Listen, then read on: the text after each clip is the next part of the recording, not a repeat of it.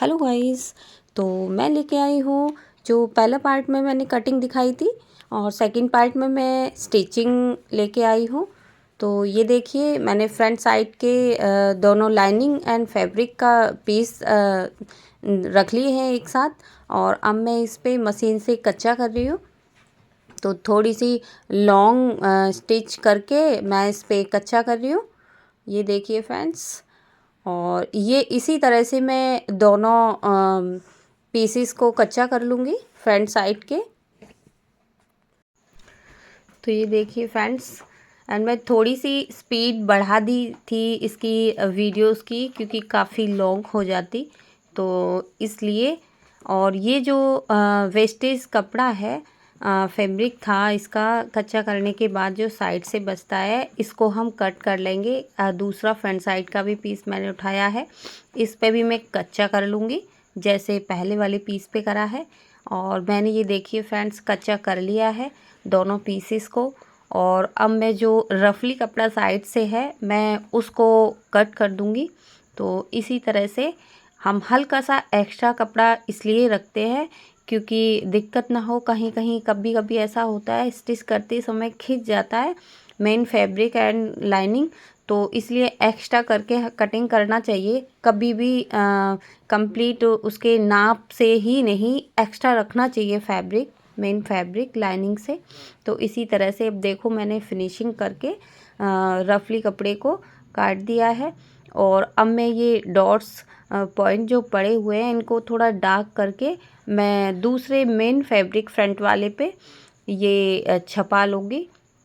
तो इसी तरह से एक दूसरे को सेम मार्क्स आ जाएंगे डॉट्स के।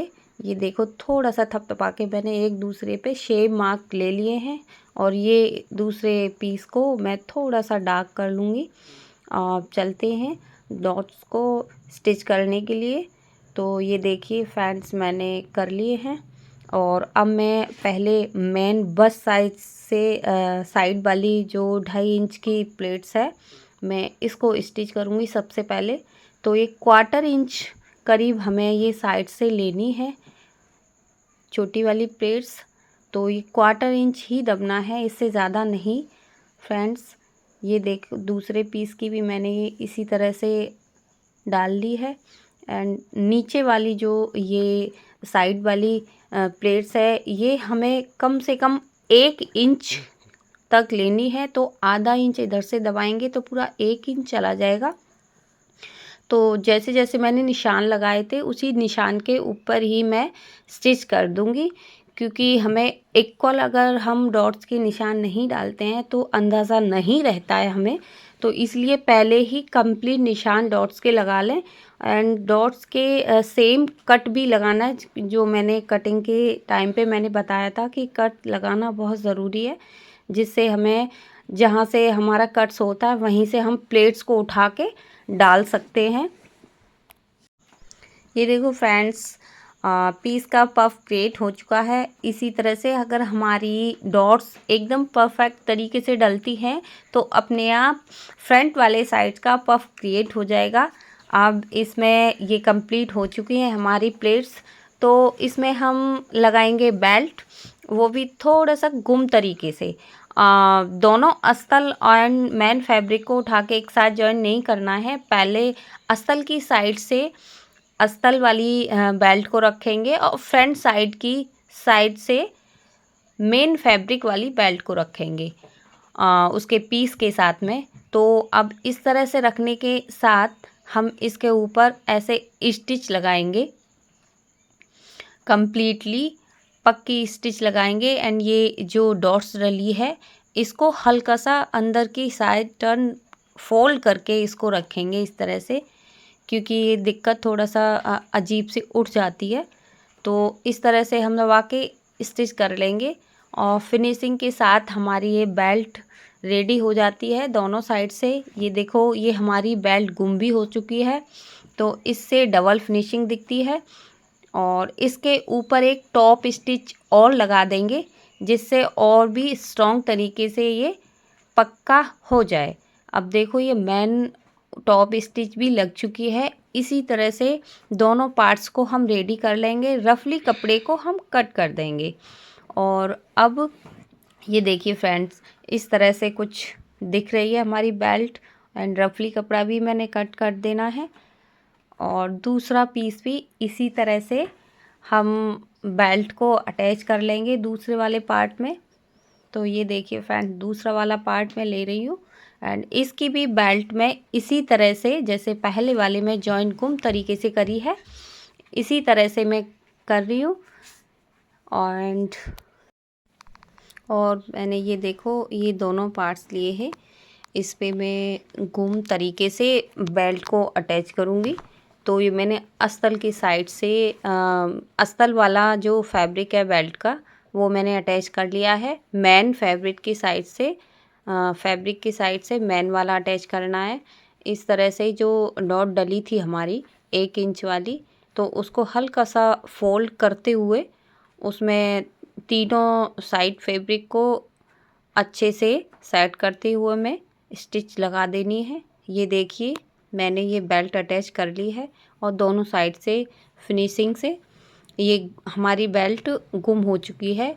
एक ऊपर से टॉप स्टिच मैंने लगा दी है, इससे एकदम फिनिशिंग से बेल्ट बैठ के आती है।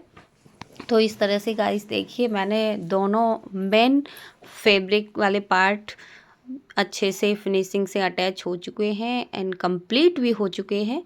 अब ये देखिए, अब इसमें आई हुक पट्टी दोनों अटैच होंगी। इस तरह से मैंने एक लाइनिंग वाली पट्टी ली है और ये मैं हुक पट्टी अटैच कर रही हूँ। ये अस्तर वाली जो साइड है, उधर से मैंने ये पट्टी रखी है। एंड मेन फैब्रिक की साइड टर्न करके हमें ये फोल्ड कर देनी है। इसी साइड हमें हुक लगाने हैं और इस तरह से। एंड अब ये इसके ऊपर टॉप स्टिच लगा देनी है। एक स्टिच बिल्कुल एकदम किनारी से लगानी है और दूसरी स्टिच हल्का सा एक पैर का मार्जिन दे के लगानी है। और ये दूसरी शेप मैंने ली है, ये हुक वाली पट्टी पे डबल फोल्ड की है और ये मैंने स्ट्रेट सिलाई करके ये कंप्लीट कर लिए। एक टॉप स्टिच इसको ऐसे फोल्ड करके इसके जस्ट ऊपर से लगानी है।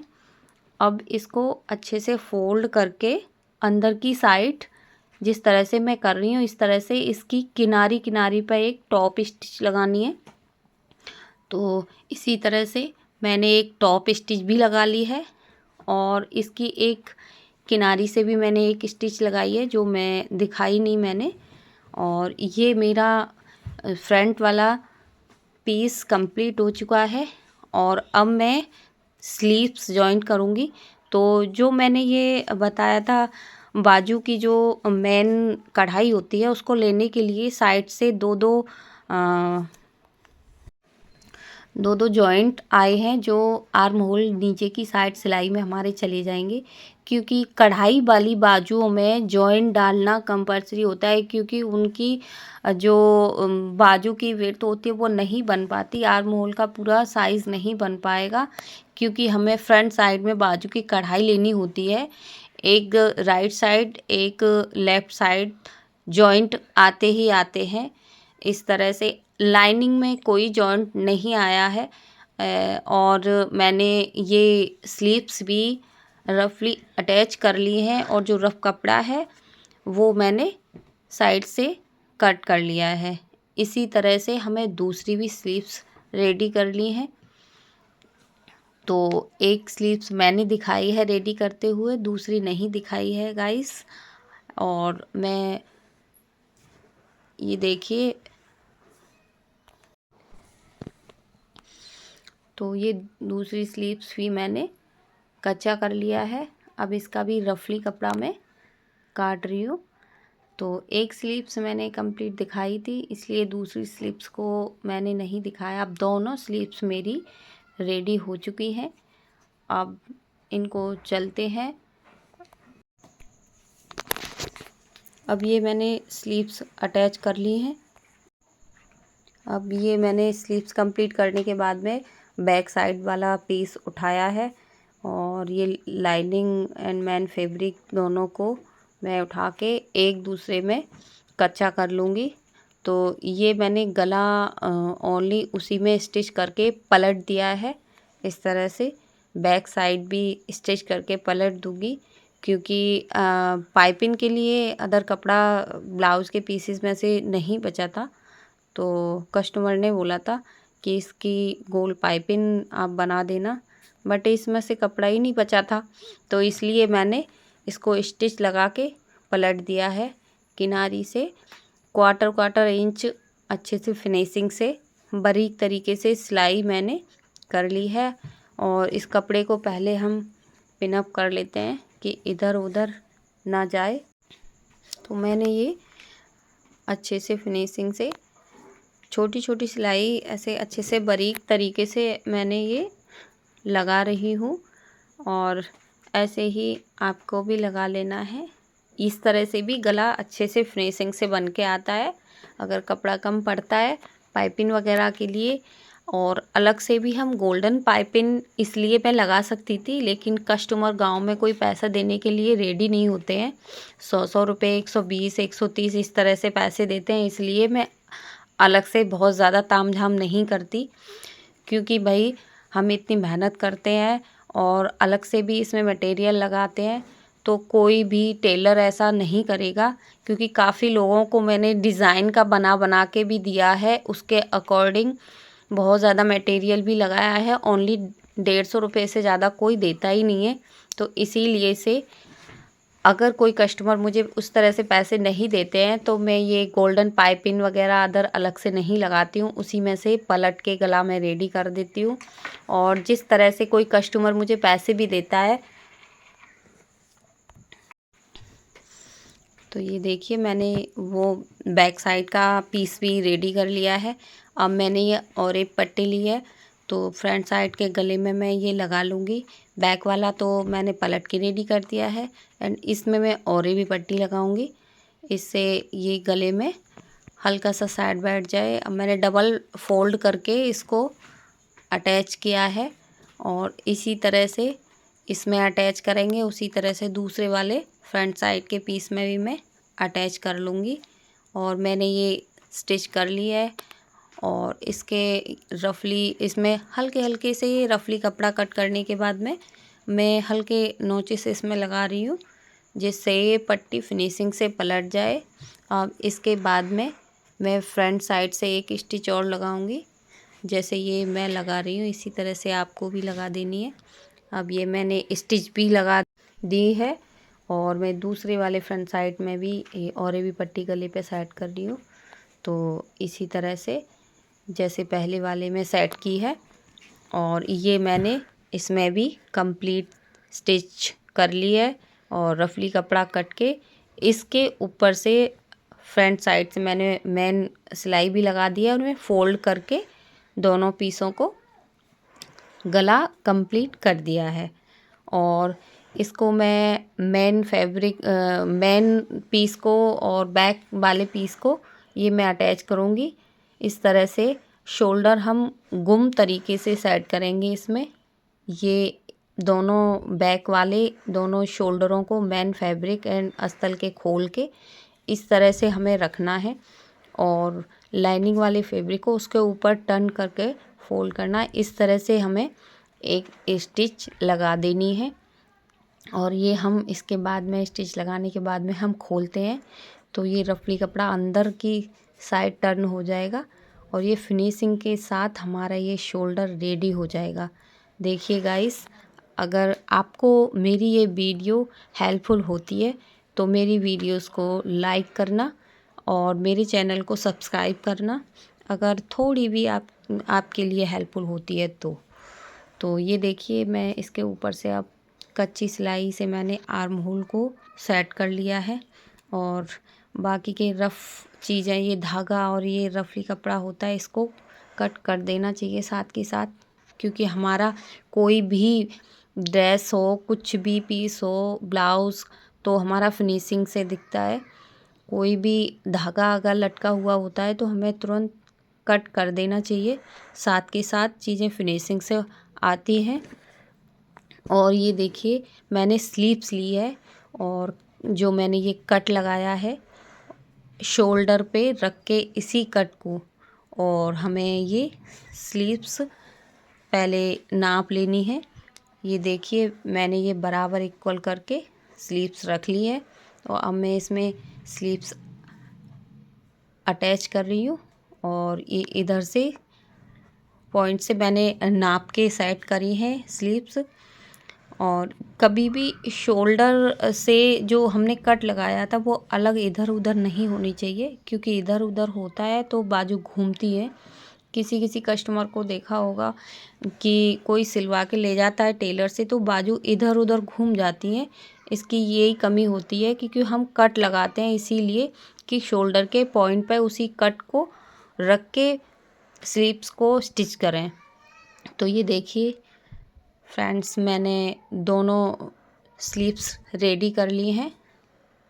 तो हमारी स्लीव्स अटैच होके रेडी हो चुकी हैं।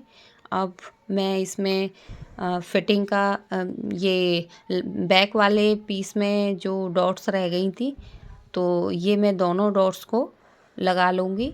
सेम एक ही तरह से मैं थोड़ा सा मार्क कर लूँगी और फिर इसके बाद में स्ट्रेट स्टिच डाल दूँगी। और 1-1 इंच की बैक साइड में दोनों प्लेट्स पड़ती हैं तो मैं ये उठा के आधा इंच 1-1 सिलाई प्लेट्स में डाल दूँगी, जिससे 1-1 इंच की प्लेट्स डल जाएंगी। और ये मेरी प्लेट्स भी डल के रेडी हो चुकी है। तो अब ये देखिए मैंने रफली धागे को भी कट करके अब इसमें फिटिंग का निशान मैं लगा लूँगी ब्लाउज़ में। अब इस तरह से मैंने फिटिंग का निशान लगाने के बाद में सिलाई भी इसमें लगा दी है। अब दूसरी साइड मैंने पहले ही फिटिंग के कट्स वगैरह लगा रखे थे उसी टाइम पर माप लेके, तो इसमें भी मैंने फिटिंग दे दी है ब्लाउज़ में। जैसे मैंने फिटिंग का निशान लगा के माप के मैंने पॉइंट लगा के निशान डाले थे उसी पे मैंने फिटिंग लगा दी है। तो और ये मेरा ब्लाउज़ रेडी हो गया। मैं आयरन के बाद आपको ये दिखाती हूँ इसका लुक। तो इस तरह से ये ब्लाउज़ मेरा दिख रहा है। और friends bye bye, don't forget to subscribe, मेरे चैनल को सब्सक्राइब करना।